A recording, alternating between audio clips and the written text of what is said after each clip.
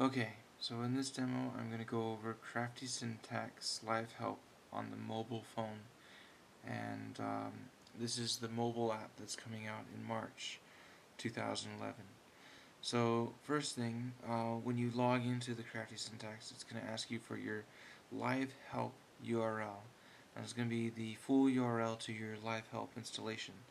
So whatever your domain name is, /live help, or whatever you've called your live help URL.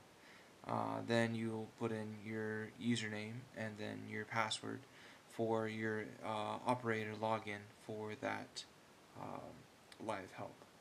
Then after you've entered all that information in, you're going to log in, and that will bring you to the chat page in the mobile's live help page.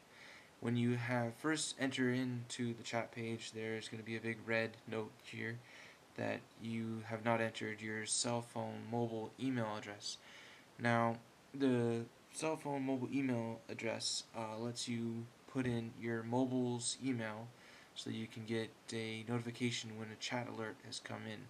So we're going to go to that page, and this is your cell phone alert input box, and you want to enter in your full mobile email. There's a list here of different carriers and what their mobile number is. AT&T and Verizon are the only ones with iPhones, so we will enter in, for example, our AT&T number, which is your phone number.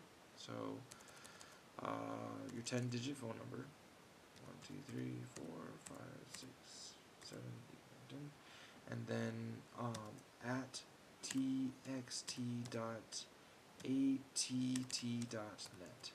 So that will be your mobile phone number, your full phone number, and your carrier, and your mobile email address, so that you can be alerted when chat requests come in. It will send you a text message. So click on update, and after you've updated it, you can then go back into chats, and now the warning isn't there anymore, and we just wait for a chat request to show up. So on another window in the background here, I'm going to initiate a chat, and there it goes. So now on my cell phone, it would beep, and I would get a text message if I put the right phone number in there, and it says that there's one request. I go to that one request, and Bob wants to chat, and it says what time they initiated the chat. I click on that request, and it will load that page for the chat, so that I am talking to Bob, and I'm going to have I need help message sent, and it says I need help, and here is your interface for talking to him. This little box here with arrow to it, if you click on that, it will load canned responses that you've pre-set up in your admin. So you can select a pre-made message that is already here, like hello, my name is Eric and I can help you. And you click send, and then you can ask us how.